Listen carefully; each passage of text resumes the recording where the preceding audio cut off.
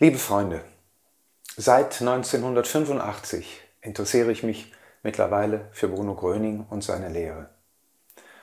Anfangs war ich im Bruno Gröning Freundeskreis und ich habe dort vieles erlebt, wofür ich heute noch sehr dankbar bin. Da ich eine Tochter von Frau Häusler geheiratet hatte, bekam ich sehr tiefe Einblicke in das ganze Geschehen. In den Jahren habe ich unter anderem den Spielfilm Der Wunderapostel gedreht, den ja viele kennen, worüber ich mich nach wie vor sehr freue. Je länger ich allerdings im Bruno Gröning Freundeskreis war, desto mehr hatte ich das Gefühl, dass einige Sachen einfach nicht richtig laufen. Ich war einfach mit einigen Sachen nicht einverstanden, wie sie vermittelt wurden, was Bruno Gröning und seine Lehre betrifft. Ich habe damals viele Gespräche mit meiner Ex-Schwiegermutter, Frau Häusler, geführt, die teilweise sehr intensiv, teilweise auch sehr kontrovers waren. Wir haben uns einerseits aber sehr geschätzt und hatten andererseits aber, wie gesagt, sehr unterschiedliche Ansichten. Direkt in den Anschluss an den Dreharbeiten zum Spielfilm Der Wunderapostel habe ich dann mit dem Dokumentarfilm Das Phänomen Gröning begonnen, 1994. Es war meine Idee, diesen Film zu drehen, und es waren 9 sehr intensive Jahre, das so nebenher in Anführungszeichen zu schaffen. Ich habe so viele Dokumente gelesen, ich habe mittlerweile über 100 Zeitzeugen kennengelernt, dass einfach vieles von dem, was Freunde gar nicht wissen, mir zugetragen wurde. Wie gesagt, vor allem durch die vielen Zeitzeugen. Aufgrund dieser Arbeit und dieser Recherchen ist mein Respekt vor Bruno Gröning immer größer geworden. Aber nicht, was man daraus macht. Ich bin dennoch bis 2003 im Freundeskreis geblieben, weil ich unbedingt den Dokumentarfilm zu Ende machen wollte. Ich wollte, dass er sachlich informativ ist, denn bei Bruno Gröning muss man gar nichts dazufügen. Es spricht im Grunde genommen für sich, diese Geschichte, dieses Leben und vor allem seine Lehre. Außerdem hatte mir Frau Häusler etwas gesagt, was die Zukunft betrifft, was ich nicht einfach so verdrängen konnte. Als der Film fertiggestellt war, wurde ich einberufen sozusagen, und man teilte mir mit, dass man sich entschlossen hat, alles zu streichen im Film, was Bruno Gröning über Christus gesagt hat.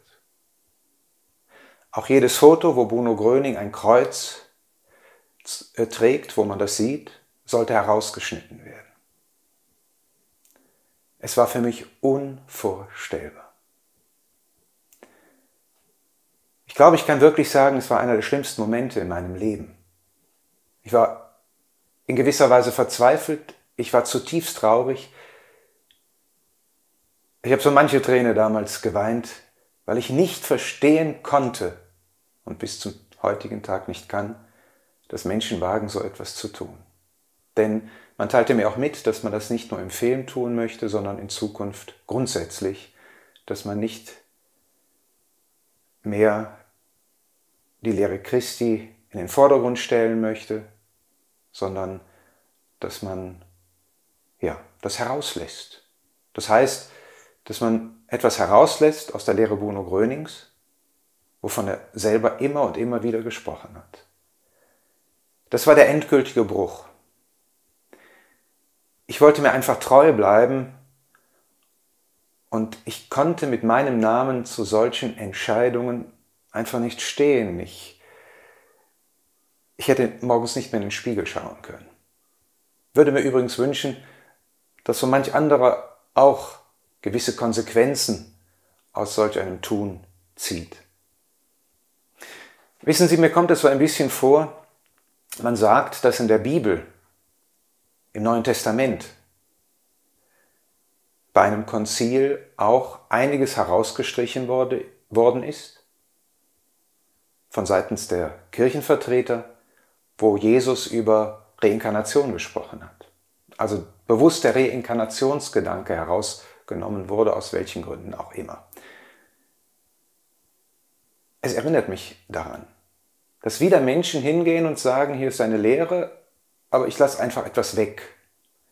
Mir geht es deswegen auch so besonders nah, weil Bruno Gröning immer wieder gesagt hat, man solle offen und ehrlich sein. Die Begründung war, das wurde mir mitgeteilt, damit andere Religionen es leichter haben, die Lehre Bruno Grönings anzunehmen. Also man lässt Christus weg und dann könnten die Moslem, Juden oder wer auch immer es leichter haben, seine Lehre anzunehmen. Und ich möchte hier kurz ein paar Zitate weitergeben, die Bruno Gröning gesagt hat. Eines vom 7. November 1958. Wenn ich Ihnen jetzt Sätze sagen würde und lasse nun ein Wort aus, dann würde ich Sie falsch belehren. Sage ich das Wort aber dazu, ist richtig. Oder er sagt, was Wahrheit ist, ist Wahrheit und sie darf keineswegs entstellt werden. In all den Gesprächen, die ich mit Moslems, Juden und so weiter führe, stelle ich fest, Buddhisten, Hinduisten, dass sie mit Jesus überhaupt kein Problem haben. Ich sage immer, Bruno Gröning hat gesagt, mir ist es völlig egal, wie der Mensch zu Gott findet, Hauptsache er findet zu Gott. Und sage dann aber auch, aber er stand eben für diesen christlichen Weg. Dazu hat er Vorträge gehalten, gerade bei den Weihnachtsfeiern sehr viel über Christus gesprochen, aber auch in den anderen Vorträgen kommt er immer wieder auf ihn zu sprechen. Es ist nach meiner festen Überzeugung der Kern der Lehre Bruno Grönings. Und da sehe ich eine Gefahr, dass eben eine Verfälschung im Gange ist, durch dieses Weglassen, die nicht gut sein kann. Mittlerweile passiert es mir, dass Menschen mich ansprechen und sagen, ja, das mit Bruno Gröning ist ja ganz schön, aber schade, dass er nie etwas über Christus gesagt hat. Liebe Freunde, das tut einem ja weh, wenn man weiß, es war anders. Und wenn ich mir vorstelle, ich wäre ein Moslem und man würde mir das immer wieder verschweigen, dass Bruno Gröning über Christus gesprochen hat. Irgendwann kommt es doch raus. Das kann man doch nicht auf Dauer unterbinden. Und dann bekomme ich es irgendwann heraus. In der Welt würde man sagen, man käme sich verarscht vor. Ich sage es jetzt einfach auch mal so. Schöner finde ich den Spruch, dass man hinters Licht geführt wurde. Und liebe Freunde, davon bin ich überzeugt, dass man das einfach nicht tun darf. Und es bin nicht nur ich, es gibt viele andere mittlerweile, die das auch so empfinden. Und damals, als ich mich dann zurückgezogen habe vom Bruno Gröning Freundeskreis, nachdem der Film endgültig da war, sind immer wieder auch Freunde auf mich zugekommen, haben gesagt, wir müssen was tun. Und 2006 war es dann soweit, dass wir mit einigen Personen den Verein Informationskreis Leben und Lehre Bruno Grönings gegründet haben. Man hat mich zum Vorsitzenden damals gewählt und ich möchte ganz deutlich sagen, ich habe das nie angestrebt. Im Gegenteil, ich glaube, ich kann reinen Gewissens sagen, ich wollte nie irgendwo ein Vorsitzender werden. Ehrlich gesagt brauche ich das auch überhaupt nicht für mein Ego oder sonst etwas. Im Gegenteil, mir war klar, wenn man der Vorsitzende eines solchen Vereines werden würde, dass das nicht einfach sein wird. Ich hatte schon vermutet, dass womöglich Konkurrenzgedanken entstehen und so weiter. Ich finde allerdings, im spirituellen Bereich darf man keine Konkurrenzgedanken haben. Das ist absurd. Denn letzten Endes sollten wir doch alle froh sein für jeden, der sich für das Gute einsetzt. Natürlich wird man dann auch zum bösen Buben, natürlich wird viel geredet und ich habe Briefe vorliegen, die ich gesammelt habe, die ich keinem Menschen wünsche. Zum Glück habe ich mein Selbstbewusstsein, dass ich darüber stehen konnte. Sonst wäre man daran zerbrochen. Wie Menschen einen diffamieren, wie Menschen über einen reden. Nun, als wir dann 2006 uns gegründet hatten, haben wir ganz bestimmte Punkte, die uns sehr wichtig sind, herausgearbeitet.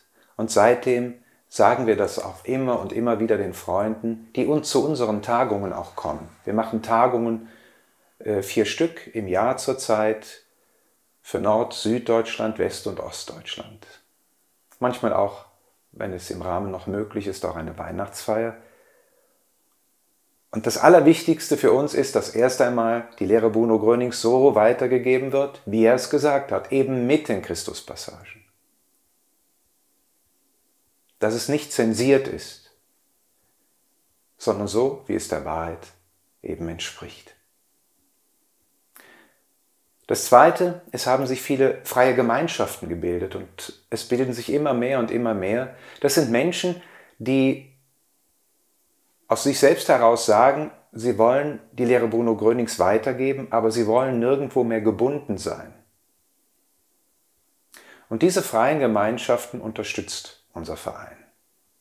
Das heißt, wir laden sie zu den Tagungen ein, wir haben eine Homepage, wir sind in den sozialen Medien tätig und dadurch erreichen wir viele, machen aber für unseren Verein ansonsten keine Werbung oder so etwas. Wir werben auch niemanden ab, sondern die Menschen kommen auf uns, von sich selbst heraus auf uns zu. Dieser freie Gedanke ist für viele gar nicht so einfach nachzuvollziehen. Ich werde oft gefragt, ja, wo sind die Richtlinien, was habe ich jetzt zu tun, wenn ich eine Gemeinschaft gründe? Und ich sage diesen Freunden immer wieder, das müssen sie selbst entscheiden. Wir appellieren immer wieder an die Eigenverantwortung. Bruno Gröning hat damals schon gesagt, es wäre falsch gewesen, wenn er gesagt hätte, Sie machen eine Gemeinschaft, Sie machen eine Gemeinschaft, Sie machen eine Gemeinschaft. Das musste, so sagte er es, aus den Menschen selbst heraus entstehen. Daran halten wir uns. Das heißt, wir gehen nicht hin und sagen, Sie machen eine Gemeinschaft oder Sie, womöglich Befehl von oben, ja, was weiß ich, sondern alles in Freiheit, dass die Menschen von sich selbst heraus Entscheidungen treffen. Ich bin davon überzeugt, dass das ein ursprünglicher Gedanke auch des Christentums war. Wenn man überlegt, die Gemeinden, ich glaube früher sagte man eher Gemeinden als Gemeinschaften, die sich gebildet haben, nachdem Jesus Christus nicht mehr da war, körperlich gesehen, da war auch kein Verein dahinter. Keine Institution, keine Kirche. Die haben sich einfach so getroffen, weil sie so berührt waren von dem, was dieser Mann gesagt hat, was dieser Mann getan hat, dass sie ausgetauscht haben. Und das ist unser Gedanke auch, da wieder hinzukommen. Denn seien wir ehrlich, immer dann, wenn die Institutionen kamen, wurde es problematisch. Dann ging es oft um Macht, um Druck, manchmal Dogmatismus, Fanatismus und vieles andere mehr. Und darum pflegen wir sozusagen diesen Freiheitsgedanken und sagen immer wieder den Menschen, dass sie selbst diese Entscheidungen treffen sollen und eben auch die Gemeinschaft so gestalten sollen, wie sie es vom Herzen her für richtig halten. Wir betonen auch immer wieder, überall, dass wir nicht die einzig Wahren sind. Ich glaube, das war ein Fehler der Religionen, vieler spirituellen Bewegungen, Gruppierungen, dass sie, wenn sie es auch vielleicht nicht immer gesagt haben, aber doch so ein bisschen das Gefühl hatten, wir sind die einzig Wahren, wir sind die Richtigen. Liebe Freunde, wer weiß denn sowas? Auch wir geben unser Bestes. Wir sind davon überzeugt, dass das der richtige Weg so ist. In Freiheit, nichts manipulieren und so weiter. Aber eine Garantie hat niemand. Das ist der Ratschluss Gottes. Da sollte man demütig sein. Man ist ein kleines Rädchen im großen Werk Gottes. Wenn Bruno Gröning vom göttlichen Werk spricht, sollten sich auch nicht die Bruno Gröning-Freunde einbilden, dass sie nun das göttliche Werk sind. Das göttliche Werk sind alle Menschen, die sich für das Gute einsetzen. In welcher Religion das auch immer geschieht, welche Menschen es tun, in welcher Gruppierung auch immer. Wenn sie es so richtig vom Herzen her tun, dann ist es ein Dienst in diesem göttlichen Werk. Wie gesagt, da sollte man, glaube ich, viel, viel demütiger sein. Zu uns kann auch jeder kommen. Das heißt, wir gehen nicht hin und sagen, naja, Sie müssen sich jetzt entscheiden. Entweder gehen Sie zum Bruno-Gröning-Freundeskreis, es gibt ja verschiedene Gruppierungen, Sie gehen vielleicht zum Verein, der damals noch von Bruno Gröning gegründet wurde, 1958, Verein zur Förderung selig geistiger und natürlicher Lebensgrundlagen, was auch immer. Nein, man muss sich nicht entscheiden. Jeder kann kommen. Wir leben doch in der göttlichen Freiheit, wir sind ja nicht mehr im Mittelalter. Und wir freuen uns darüber, dass zu unseren Tagungen wirklich aus den verschiedensten Gruppierungen, auch teilweise von verschiedenen Religionen, die Menschen zusammenkommen. Und wenn man mit Toleranz und Respekt sich begegnet, dann funktioniert vieles vom Herzen her, was für andere vielleicht undenkbar ist. Vor allem auch nicht Schäfchen an sich binden wollen. Auch das ist etwas, was wir nicht machen. Dass man nicht sagt, ihr müsst zu uns kommen, wir sind die Richtigen. Wenn ich gefragt werde, wo soll ich hingehen, dann sage ich immer, gehen Sie dahin, wo Sie sich wohlfühlen. Wenn es der Bruno-Gröning-Freundeskreis ist, gehen Sie dahin. Wenn es was weiß ich woanders ist, gehen Sie doch dahin. Und wenn Sie sich überall wohlfühlen, gehen Sie halt überall hin. Dann nehmen Sie sich überall das mit, was für Sie das Richtige ist. Wir von unserem Verein empfinden es als absurd, dass man sagt, ja, wenn Sie dahin gehen, dürfen Sie aber da nicht mehr hingehen. Und wenn Sie dahin gehen, dann da nicht mehr. Liebe Freunde, wir halten das für grundfalsch. Wir leben in der göttlichen Freiheit. Und der spirituelle Weg sollte immer der Weg der Freiheit sein. Übrigens, Liebe, wirkliche Liebe, kann sich auch nur oder gedeiht auch nur in Freiheit. Die wirkliche, echte, göttliche Liebe. Und dafür stehen wir ein. Und ich bin immer irritiert, wenn Menschen mich fragen, ja, dürfen wir kommen? Wir sind noch im Bruno-Gröning-Freundeskreis. Ich sage immer wieder, natürlich dürfen Sie kommen. Wir werben Sie nicht ab. Sie können hingehen, wohin Sie wollen, aber gerne auch zu uns. Und das ist so schön zu sehen, dass Menschen so von Herz zu Herz sich dann begegnen. Denn, liebe Freunde, die Institution ist Gott sowieso nicht wichtig. Es ist eine menschliche Vorstellung aus dem Ego heraus geboren, dass Gott womöglich da irgendwo ist und sagt, ihr seid in der Institution, ihr bekommt nicht den Segen, ihr seid da, ihr auch nicht, aber ihr seid die einzig Wahren, ihr bekommt ihn. Das ist wirklich absurd. Und es ist doch schön, wenn wir uns miteinander verbinden, es ist doch schön, wenn wir miteinander austauschen. Und das ist auch ein Ziel von unserem Verein, dass wir eben austauschen, dass wir uns die Hände reichen, dass wir von Mensch zu Mensch uns begegnen. Wir lassen auch Freunde aus dem Bruno-Gröning-Freundeskreis sprechen oder wie gesagt von anderen Gruppierungen. Ja, warum denn nicht? Warum sollte es nicht mal so sein, dass ich wieder einen Vortrag im Bruno-Gröning-Freundeskreis halte und womöglich Dieter Häusler einen Vortrag bei uns? Nicht um irgendjemanden abzuwerben, nicht um sich über irgendjemanden zu erheben, sondern darüber zu sprechen, worum es letzten Endes geht, liebe Freunde, um die Umkehr zurück zu Gott. Und liebe Freunde, uns ist auch wichtig, dass man keinen Personenkult um Gröning betreibt. Er hat so vieles gesagt, dass das nicht geschieht. Und doch wird es nicht beachtet. Sein Satz, sein so bekannter Satz, einer von vielen, aber der ist sehr bekannt, ich bin nichts, der Herrgott ist alles, sagt doch alles aus. Wirklich alles aus. Er wollte keinen Personenkult. Er wollte ein Helfer sein für die Menschen. Er wollte nicht auf einen Thron gehoben werden, er wollte nicht beschmust werden, wie er selbst es gesagt hat. Und das Wichtige ist doch, dass wir immer wieder letzten Endes über Gott sprechen. Gott ist es, der uns führt. Gott ist es, der uns hilft. Gott ist auch der, der Menschen heilen kann. Es ist Gott. Und alles das hat Bruno Gröning gesagt. Und das muss man den Menschen auch sagen. Damit eben alles getan wird, dass man nicht denkt, es wäre ein Personenkult. Die Außenwirkung, liebe Freunde, auch darauf sollte man viel mehr achten. Und auch das wollen wir als Verein tun. Und weil es so viele Missverständnisse, Unklarheiten, Verdrehungen gibt, was auch Bruno Gröning und seine Lehre betrifft, habe ich mich eben entschlossen, jetzt auch für diese Vorträge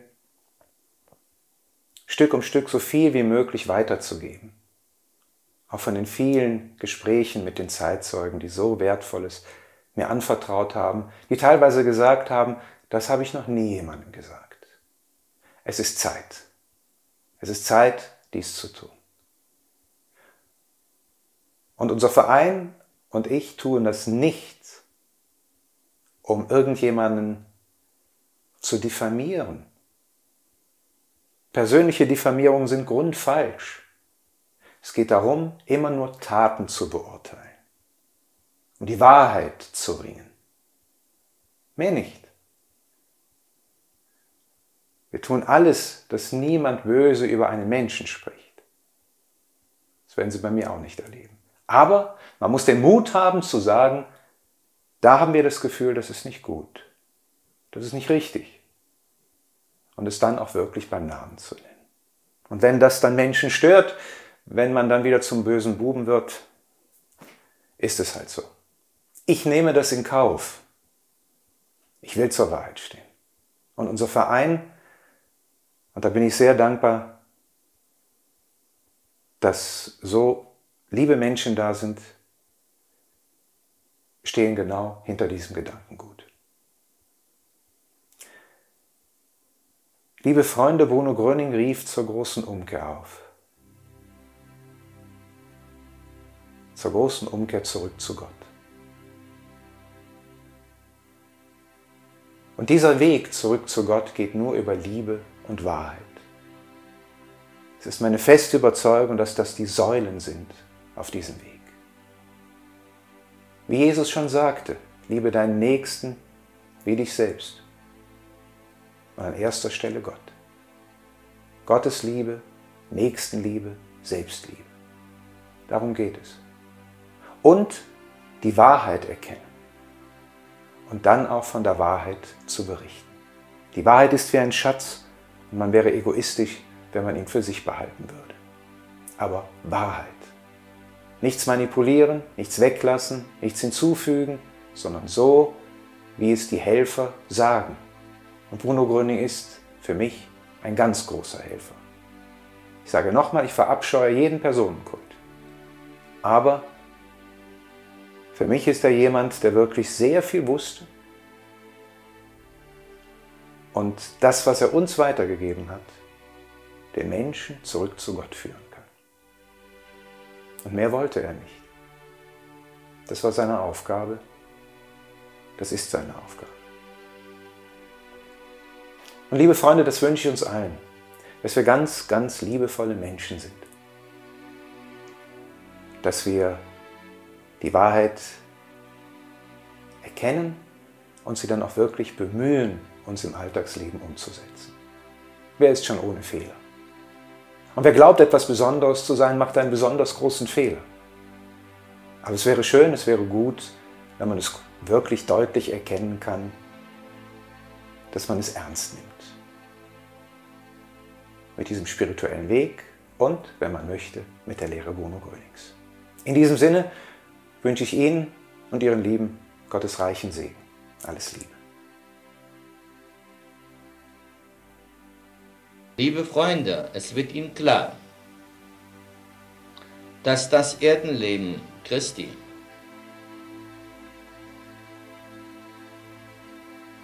nicht umsonst gewesen ist. Denn Gott hat das Erdenleben für Christus deshalb bestimmt, weil es Gott nur so am ehesten möglich war, uns Das heißt, den Menschen durch die Lehre Christi auf den Weg zu führen, den Gott für die gesamte Menschheit bestimmt hat. Und das ist und bleibt alleine der Weg, der jeden einzelnen Menschen wirklich zu Gott führt. Er hat uns so viel des Guten, des Göttlichen, so viel von Gott vermittelt. Ja, meine lieben Freunde, dieses alles lehrte Christus uns. Er war uns und ist uns und wird uns immer ein großes, wie auch ein sehr gutes, das beste Vorbild sein.